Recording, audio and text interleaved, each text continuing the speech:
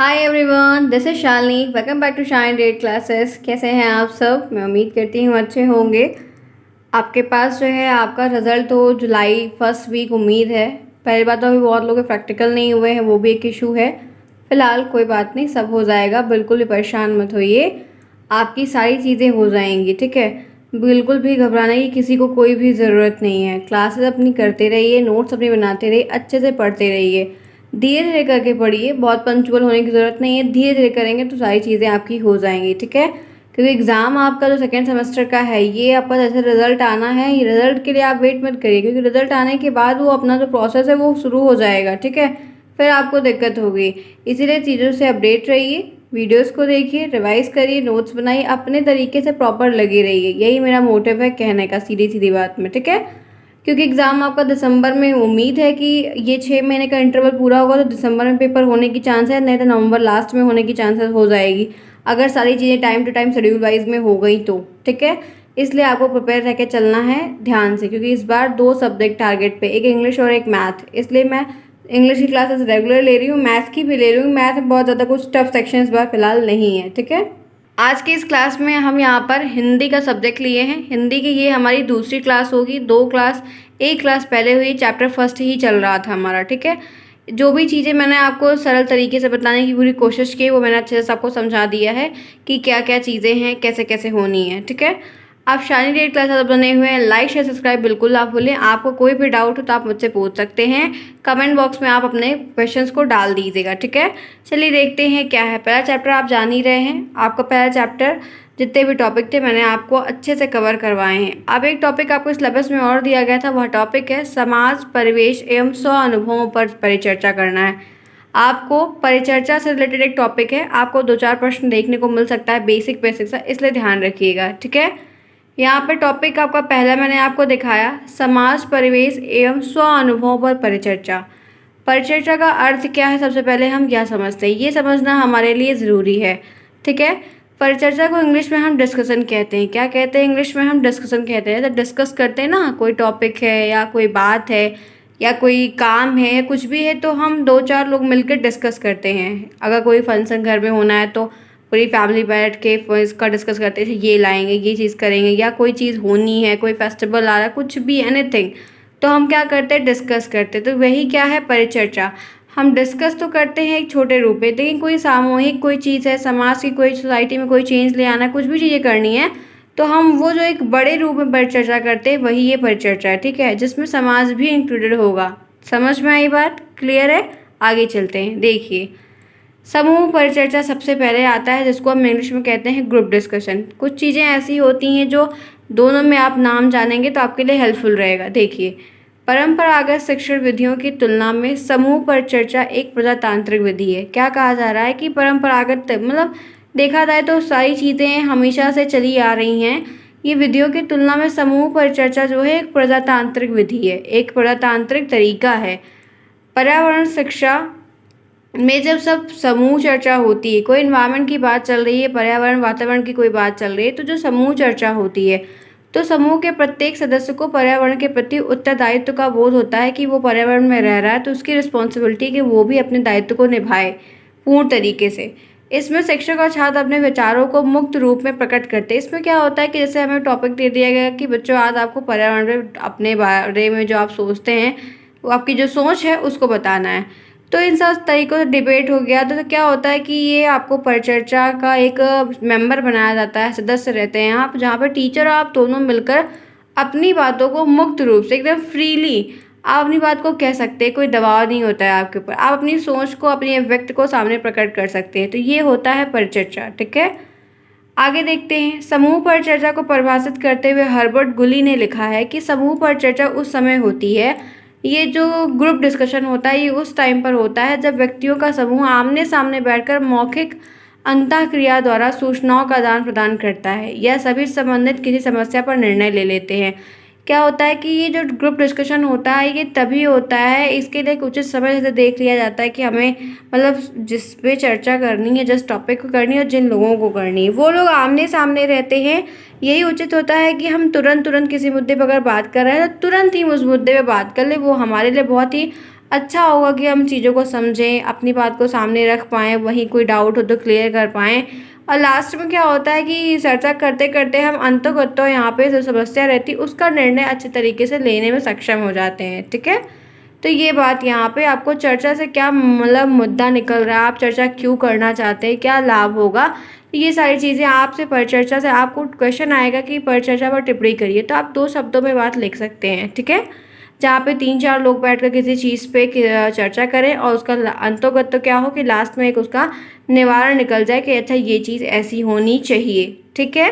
कोई प्रॉब्लम नहीं होनी चाहिए आप में से किसी को भी, कोई है तो आप मुझसे पूछ सकते हैं। चलिए देखिए यहाँ पर क्या बातें हैं।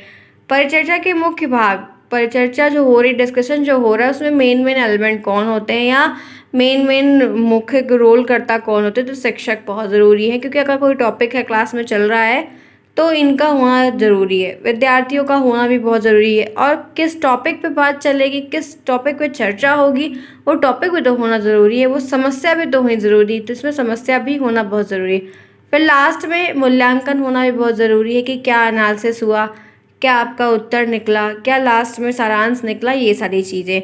तो परिचर्चा के मुख्य भाग कितने होते हैं, आपको ये भाग ध्यान रखनी होगी, 4 होते हैं। ये प्रश्न आपको आता है, इंपॉर्टेंट डाल लीजिएगा, इंपॉर्टेंट है, ध्यान रखिएगा, ठीक है?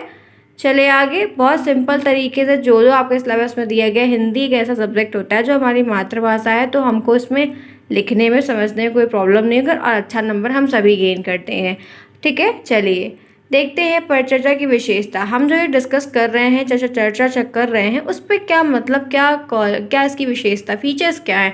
Features of group discussion in Hindi, ठीक है? परिचर्चा में विशेषताएं पाई जाती हैं, क्या समझते हैं? परिचर्चा के लिए समूह का होना आवश्यक है या समूह छोटा और बड़ा भी हो सकता है, ठीक है? अगर आप चर्चा कर रहे हैं किसी टॉपिक के तो लोगों का होना बहुत आवश्यक। क्या आप दीवार से चर्चा करेंगे या जानवर से चर्चा करेंगे? जी नहीं।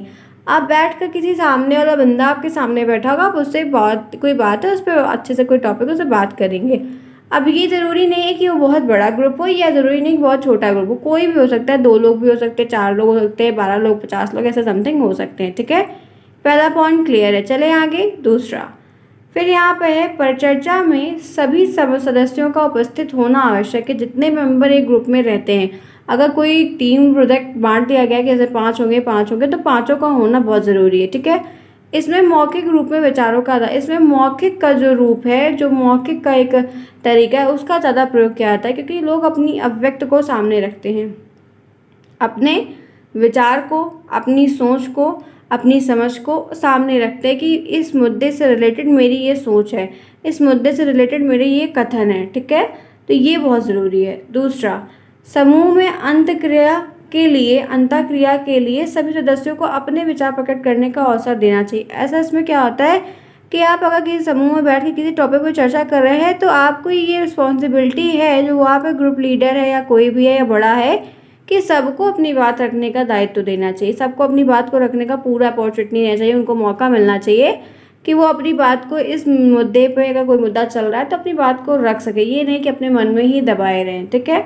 नेक्स्ट, परिचर्चा उद्देश्यपूर्ण होनी चाहिए और समूह के प्रत्येक सदस्य को उद्देश्य का ज्ञान होना चाहिए। चलिए ये बहुत अच्छी बात है। क्या होता है कभी कभी कि ऐसा कई बार देखने को मिला है कि सारी बात हो जाती है, बंदा जो है, मेंबर जो है वहाँ पे बैठा है और बाद में पूछता है कि राम कौन था। होता है ना ऐसा कई बार। तो वही सब कहते हैं ना कि पूरी रामायण महाभारत खत्म हो गए और इनको पता ही नहीं चला कि राम कौन है। तो वही बात यहाँ पे है कि आप अगर परिचर्चा कर में बैठे हैं, आप डिस्कशन में बैठे हैं, तो किस मुद्दे पे हो रहा है और आपको अपनी क्या बात रखनी है, पहला तो दायित्व ये है कि आप वहाँ प्रेजेंट रहो। दूसरा ये है कि आप अपनी बात को वहाँ रखो। तीसरा और सबसे इम्पोर्टेंट ये है कि आपको मुद्दा पता होना चाहिए कि आखिर इसका निवारण मतलब कहाँ तक जाना है। आपको मुद्दा ही नहीं पता, आपको कह दिया गया आप अपनी बात रखिए, तो आप क्या बोलेंगे, कुछ भी बोलने लगेंगे? जी नहीं। तो आपको उद्देश्य पता होना चाहिए, ऑब्जेक्टिव पता होना चाहिए पहले से, और कि आपको मतलब क्या बात रखनी है, किस पे चर्चा हो रही है, क्या टॉपिक खुला हुआ है, ये सारी चीज़ें आपको पता होगी, तभी आप अच्छे तरीके से सही चीज़ों में सब कुछ अच्छे से बताते हुए कर ले जाएंगे, ठीक है? समझ में आई बात? क्लियर है? चले आगे देखते हैं नेक्स्ट। परिचर्चा क्रमबद्ध रूप से आगे बढ़ती है। क्रमबद्ध का मतलब क्या होता है? कॉन्टिन्यूटी और क्रम वाइज, ठीक है?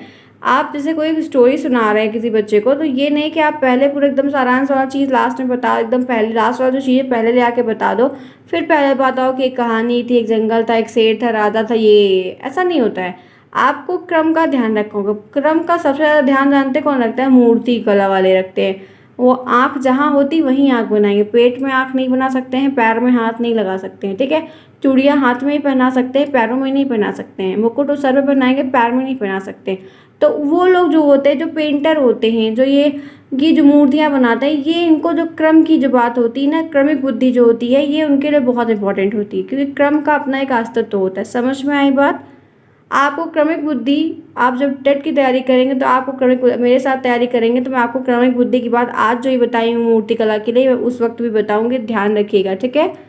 देखते हैं किसको किसको याद रहता है। इंटरेस्टिंग बात है, उस वक्त मैं बस ज़्यादा 6 महीने के बाद आप तैयारी करेंगे तो ये चीज़ें आपके लिए, तब आपको मैं बताऊंगी कि मैंने आपको एग्जाम्पल पहले भी बताया था, ठीक है। समस्या के सभी पहलुओं पर विचार करने के बाद उसके समाधान संबंधी निर्णय पर पहुंचा जाता है। मतलब क्या होता है कि जाहिर सी बात, अगर हम किसी चीज़ पर चर्चा कर रहे हैं, आपको उद्देश्य भी पता है, तो अंततः एक रिजल्ट निकलेगा, अच्छा ये करना, यही इसका बेस्ट सोल्यूशन है कि हमें इस रास्ते पर जाना है, तो ये काम ऐसे ऐसे करना होगा। उचित है? कोई प्रॉब्लम किसी को? आगे चलते हैं। अब यहाँ पे है क्वालिटी, परिचर्चा के गुण क्या क्या होने चाहिए, ये ध्यान रखते हैं। इसमें छात्रों में तर्क शक्ति का विकास होता है। ये एक ऐसा अच्छा सा मुद्दा है, फैक्टर है, तरीका है, एक्टिविटी है, जिसमें बच्चे अपने तर्क शक्ति का विकास करते, उनका डेवलपमेंट होता है। उनकी रीजनिंग पावर जो है वो दिमाग दौड़ाते हैं, अच्छा ये बोलना हो, नहीं इसका काम ये होगा, यहाँ पे ये फिट करेंगे, तो ऐसे तमाम चीज़ें रहती, ठीक है। चर्चा का मतलब ये नहीं कि कोई सामाजिक मुद्दा ही चले, ठीक है। हर अलग अलग तरीके के मुद्दे हो सकते हैं। यह स्वास्थ्य या विकास करती है, ये स्वास्थ्य या विकास करती, ये चर्चा जो है ना आपका, ये यहाँ पे मतलब ये मान के चलिए कि विकास की जो बात है वो यहाँ पे बहुत ज़्यादा इंपॉर्टेंट है, कि आप अगर कोई चीज़ कर रहे हैं, सीख रहे हैं, डेवलपमेंट आपका बहुत अच्छा होगा, ठीक है। इस बात को आपको ध्यान रखना है, क्योंकि आप कोई चीज़ सीख रहे हैं या कहीं बैठे भागीदारी दे रहे हैं, तो इसका मतलब आपके अंदर वो क्वालिटीज़ है जो आप वहाँ पे अपनी बात को रख सकते हैं, ठीक है। जिसको कोई चीज़ नहीं पता है, वो कोई चीज़ किसी चर्चा का मेंबर हो ही नहीं सकता है, ठीक है। इससे छात्रों में सहयोगितापूर्ण प्रतिस्पर्धा पैदा हो जाती है। ये इसका मतलब होता है कंपटीशन। कभी कभी क्या होता है कि जैसे स्कूल में डिबेट होने वाला था, डिबेट कंपटीशन होता है, तो कहा जाता है कि जो बहुत बहुत अच्छा बताएगा, कहेगा, अपनी बात रखेगा, उसको फर्स्ट प्राइज़ मिलेगा। तो कंपटीशन की जो बात होती है वो भी कभी कभी क्रिएट हो जाती है। कंपटीशन होना भी बहुत ज़रूरी होता है लाइफ में, ठीक है। बस ये है कि पॉजिटिव वे में लेना चाहिए, ये नहीं कि लड़ाई के रूप में आप हमेशा ले लीजिए। तो इससे सहयोगिता, शेयर वाली जो चीज़ें हैं वही होती है। एक ग्रुप में 5 लोग होंगे तो बोल दिया जाएगा 3 लाइन तुम बोलना, 4 लाइन हम बोलेंगे, इसके बाद हम बोलेंगे, प्रेजेंटेशन कोई देगा, मॉडल कोई दिखाएगा, ऐसी ऐसी चीज़ें, ठीक है। आगे चलें। यह रीति व्यक्तिगत विभिन्नताओं पर निर्भर है। ये जो तरीका है ना, ये अलग अलग सोच पे बहुत डिपेंड करता है। अलग अलग लोग होते हैं, अलग अलग सोच होती है, अलग अलग विचार आते हैं, तो कभी कभी मतभेद भी हो जाता है, कभी कभी अच्छा से अच्छा सोल्यूशन निकल आता है। ये सारी चीज़ें देखने को मिलती हैं। या विषय वस्तु का चयन करना सिखाते। कभी कभी क्या होता है कि किस टॉपिक पर चर्चा करनी है, या हमको कैसे अपने विचार को सामने ले आना है, ये भी चयन करना आपको सिखा रही है। या आपको 2 ऑप्शन दे दिए, कभी कभी होता है ना कि 2 ऑप्शन आपके सामने है, किसी एक को चूज़ करके वो चीज़ बनानी है। तो बहुत सारी चीज़ें ऐसे होती हैं जो दोनों से बनती है, तो आप सोचेंगे कि जैसे सपोज़ करिए इडली बनती है, ठीक है। मैं थोड़ा फूडी हूँ, इसलिए थोड़ा मैं एग्जाम्पल कभी कभी वहाँ भी जाता है, बहरहाल कोई लीजिएगा मत बहुत सीरियसली। इडली होती है तो इडली सूजी की बनती है, और चावल को भिगो वगैरह जो प्रोसेस उससे बनती है, ठीक है। अब कभी कभी होता है कि बस दोनों का स्वाद अलग होता है, तो चूज़ करना रहता है। तो वैसे कभी कभी जब चयन करने की बात आती है, तो वहाँ पे कोई दिक्कत आ गई, कोई प्रतिक्रिया काम कर रहे हैं, थोड़ा सा कुछ फंस गया, तो आपको हिंट दिया गया, लेकिन फिर आपको ये भी फंसा दिया जाता है कि जाने का रास्ता तो वहाँ दोनों रास्ते हैं, लेकिन कौन सा बेटर पड़ेगा, ये चीज़ आपको ध्यान रखनी पड़े। तो ये भी स्किल आपके अंदर इसके थ्रू आ जाती है, ठीक है। समझ में आई बात? आगे चलते हैं। अब देखिए यहाँ पर जैसे है कि समूह परिचर्चा के दोष क्या प्रॉब्लम आ सकती है, ये भी देखते हैं। इसमें कभी कभी होता है बहुत ज़्यादा समय लग जाता है। अगर बड़े बुजुर्गों के साथ चर्चा चल रही है तो वो समझिए कि 2-3 दिन, 1 आध हफ्ते चलेगी, और अगर यंग लोग हैं तो वो थोड़ा जल्दी कर लेते हैं, बट बड़े लोगों के साथ बैठो तो वही टॉपिक चलता रहेगा कॉन्टिन्यूअस, तो थोड़ा ये भी देखने को मिलता है, ठीक है।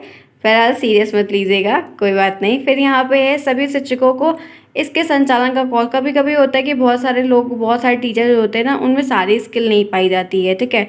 बहुत सारे लोग बहुत अलग मतलब जैसे पढ़ने में बहुत ज़्यादा अच्छे होते हैं या बहुत सारे लोग ऐसे होते हैं कि पढ़ने में बहुत अच्छे होते हैं लेकिन समझा नहीं पाते हैं, ऐसा भी देखने को मिलता है। ठीक है, तो ये जो स्किल है ये नहीं होती है तो इस अच्छा डेवलपमेंट नहीं होता है।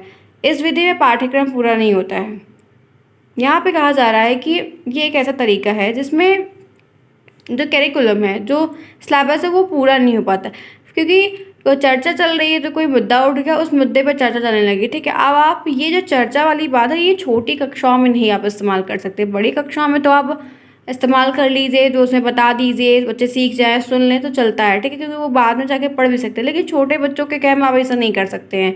तो इसमें क्या होता है कि अगर छोटे बच्चों के आप अप्लाई करेंगे तो चैप्टर कभी नहीं पूरा होगा, मोटी बात आप बता देंगे।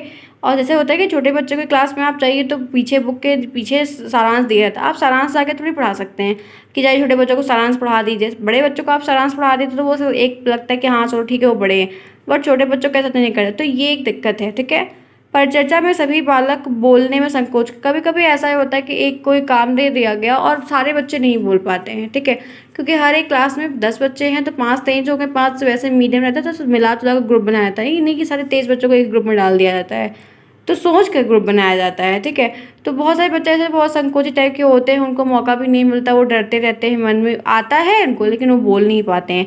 तो ये भी सब डिमेरिट देखने को मिलती है, कोई उनको प्रोत्साहित भी नहीं करता, अच्छा नहीं तुम्हें जाओ बोलना ही बोलना, तो ऐसा भी नहीं कोई करता है। तो ये सारी चीज़ें हैं। ठीक है, अब यहाँ पे परिवेश आधारित परिचर्चा एक टॉपिक है। परिवेश, परिवेश का मतलब ये है कि आपके चारों तरफ जहाँ आप रह रहे हैं आपकी सराउंडिंग्स। ठीक है, सिलेबस में दिया है इसलिए करवा रही हूँ। ठीक है, ये मान के चलिए कि 50% इंपॉर्टेंट है ये टॉपिक, क्योंकि पर ये सारे टॉपिक्स आपके सिलेबस में दिए तो मैं सिलेबस तो पूरा करवाऊंगी, क्योंकि कोई कह देगा भाई आपने करवाया नहीं, तो मैं ये नहीं चाहती हूँ, इसीलिए मैं करवा रही हूँ।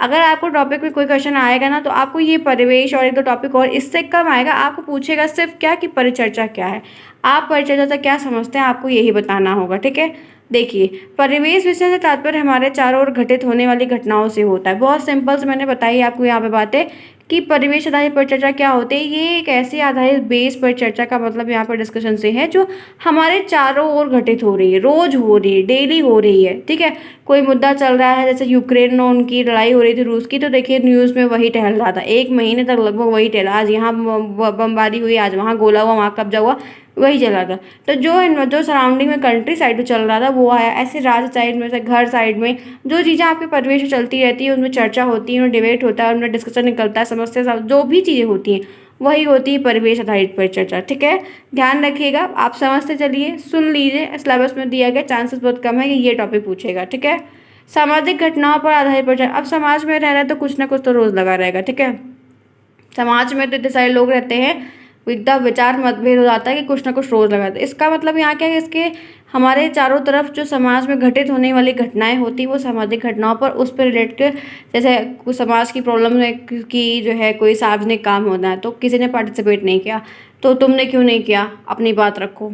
या कोई चीज़ होनी है, बताया गया सबको कि सब सोसाइटी है इस तरीके से चलना है, तो किसी ने कूड़ा फेंक दिया, तुमने ऐसा क्यों किया, उस पर चर्चा बैठ गई, उस पर मंडली बैठ गई। या कोई चीज़ कोई ग्रुप में कोई काम करवाना है, सोसाइटी में कुछ फंक्शन होना है तो चर्चाएं होती हैं। तो यही सारी बातें हैं कि जो समाज में घटित हो रहा है, जो आपकी सोसाइटी में हो रहा है उस पर चर्चा करनी। ठीक है, क्लियर है, समझ में आई बात, टॉपिक से रिलेटेड है, बहुत सिंपल लाइन में मैंने बताने की पूरी कोशिश की। अब देखिए एक टॉपिक है स्व अनुभव पर आधारित परिचर्चा, खुद के एक्सपीरियंस पर बेस्ड परिचर्चा। ठीक है, इस प्रक्रिया में श्रवण, सुनना, अभिव्यक्ति कौशल का विकास बहुत अच्छी गति से होता है। अपनी पहले लोगों को सुनना, फिर अपनी अभिव्यक्ति को रखना, इन दोनों स्किल का डेवलपमेंट बहुत अच्छे तरीके से इस विधि में होता है। ठीक है, क्योंकि इस परिचर्चा में खुद के अनुभव का वर्णन किया है। इसमें क्या होता है कि जो खुद का एक्सपीरियंस है उसका वर्णन किया जाता है, आपने जो चीज़ सीखी है उसका वर्णन किया जाता है, आपने जो चीज़ आती उसको बताया जाता है। ठीक है, कक्ष में अपने अनुभव को सुनाने की प्रक्रिया शिक्षक और छात्र दोनों के द्वारा संभव। इसमें क्या होता है कि कोई टॉपिक है उस पर टीचर का एक्सपीरियंस है, उसने अपनी बात को बोला, बच्चों के सामने रखा और बताया। ठीक है,